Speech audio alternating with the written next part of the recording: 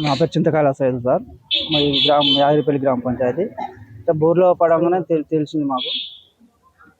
బోర్లో పడగానే తెలిసింది. అందరూ గ్రామ ప్రజలు అందరూ అక్కడికి వెళ్ళిండ్రు. దాంతో పాటు నేను కూడా వెళ్ళాను.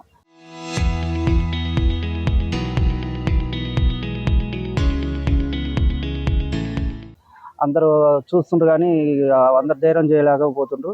అందులో నాకు కాళ్ళకు తాడు కట్టేసి అందులో దించరు. ఎస్ఐ గారు అందరూ వచ్చిండ్రు, పోలీసు డిపార్ట్మెంట్ కూడా వచ్చిండ్రు.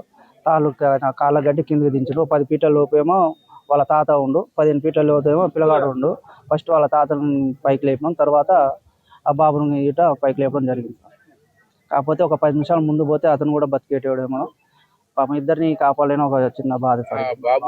బాబు ఒక 6-7 సంవత్సరాలు ఉంటాయి సార్.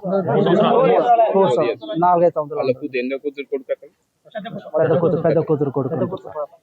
యాదగిరిపల్లి గ్రామంలో ఈరోజు కంటు వెంకన్న వాళ్ళ మిస్సెస్ కంటు నాగమ్మ, ఆమె యాదగిరిపల్లి గ్రామ వైస్ ప్రెసిడెంట్.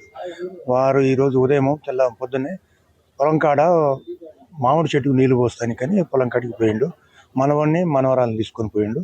పోవడం వల్ల ఆ బోరు అనేది రన్నింగ్లో ఉన్నది బోరు. కాకపోతే సైడ్ మట్టి కుంగిపోయింది. పొలంలో ఉంది కాబట్టి నీళ్లు పోయి ఆ ఎలకలు కొట్టి కుంగిపోయింది. ఈ చిన్నపిల్లగాడు పోయి అలా జారిపడ్డాడు. అలాగనే ఈయన ఆడనే ఉండదు, చూసి ఎంబడ పోయి కాలు పట్టుకొని చేతులు పట్టుకొని గుంజడానికి వంగిండు. ఈయన కూడా జారి అట్లనే పడిపోయే వరకు ఇక ఊపిరాడక చనిపోవడం జరిగింది. మా ఊరు సైజులోని బిలకండ సైజులోని చిన్నకాల సైజులోని మా వాడు పోయిండు ఆడికి. అంటే మా ఊరు అందరూ పోయారు.